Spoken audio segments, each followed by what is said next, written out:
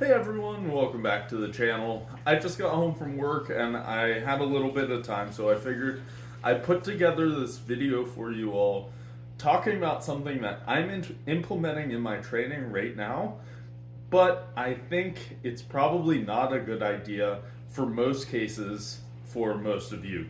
And that's the idea of top end lift training. Um, this idea, so I guess I have to define how do you train the top end of the lift first.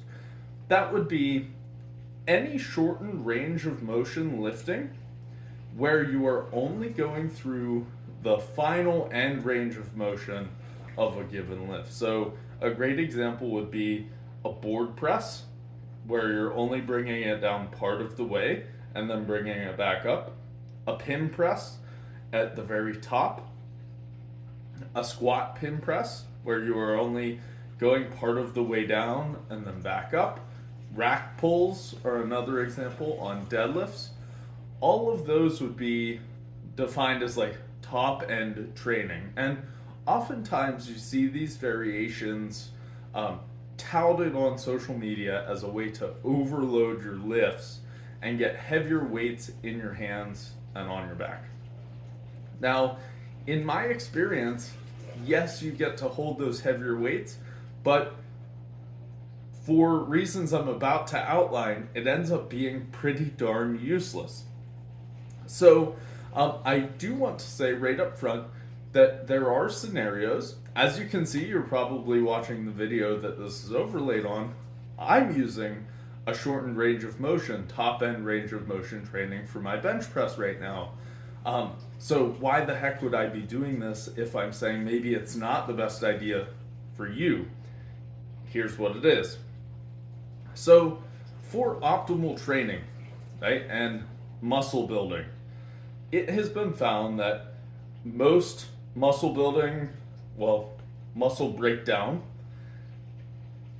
leading to hypertrophy, happens at the most stretched position of a given lift. So on a bench press, that would be all the way at the bottom where the bar is touching your chest.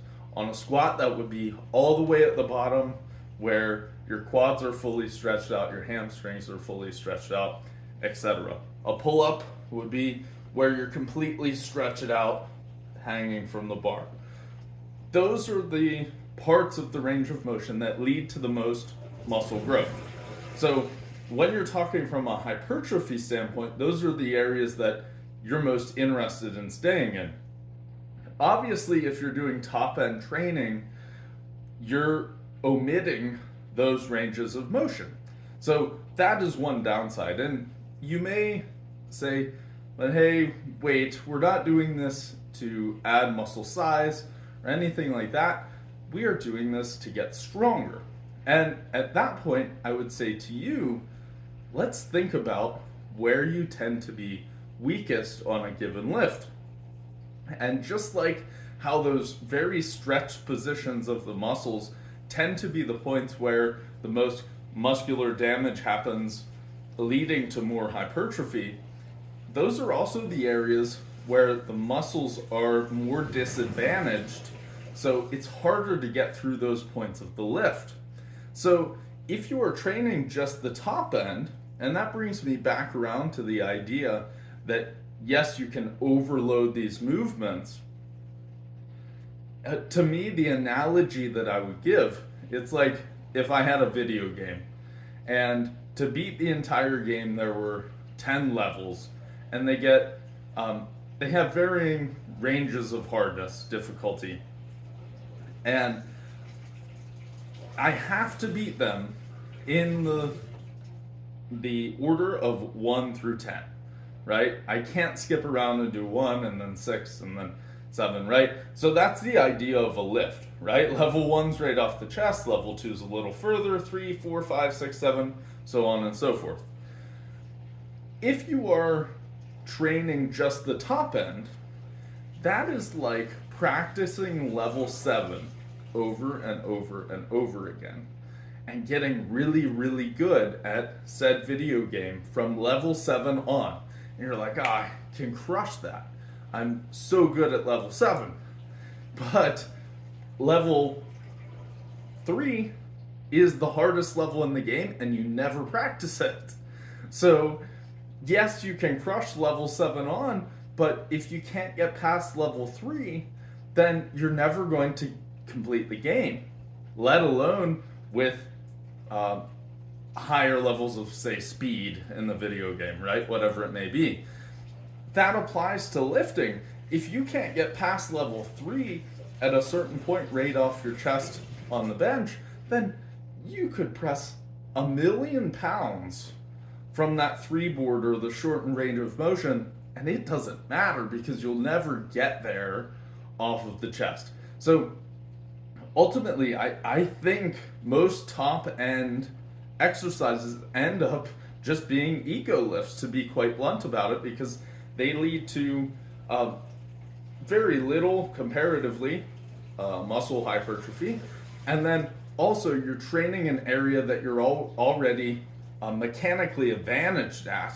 It's the easier levels, so to speak. Why wouldn't you spend more time in those harder levels? With that said, there are times and reasons to use shortened range of motion and training. Also, I want to circle back for just a second. For those of you who may say, well, I have to overload the nervous system to handle heavier weights with the shortened range of motion. Yes, that's true. Things will start to feel lighter in your hands. If you're doing a board press with 500 pounds and then your actual bench press is 400, then certainly that 400-pound bench press will feel lighter in your hands. But what I'm saying is it doesn't build the musculature or the nervous system patterns that you need to actually move that heavier weight anyway. So it's almost like a false positive where you feel better with the heavier weights, but you're probably not going to move them any better because you don't have those reinforcements.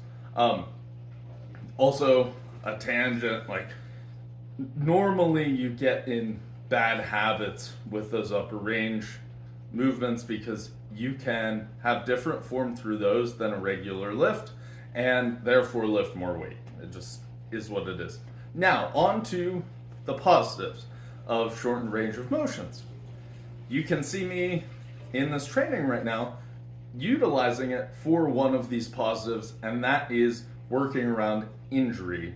So if you have a situation like I do where I have a bicep tweak and the bottom of my bench press is what bothers it, then you can use shortened range of motion in order to avoid those places where it hurts. That way you're still getting some training stimulus. Am I getting as much as I would have liked if I could go through the full range of motion pain-free?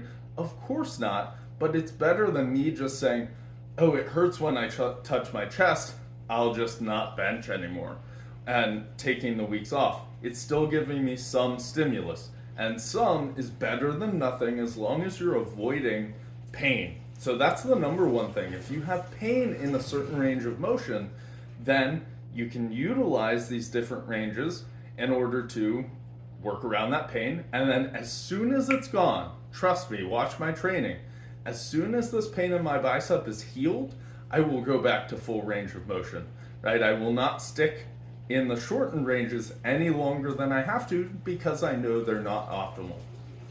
The second reason, and this is less common nowadays, but these board presses and rack pulls and everything were made famous by Westside Barbell and conjugate training. I think a lot of modern generation has taken those exercises from Westside Barbell, but they forgot one thing.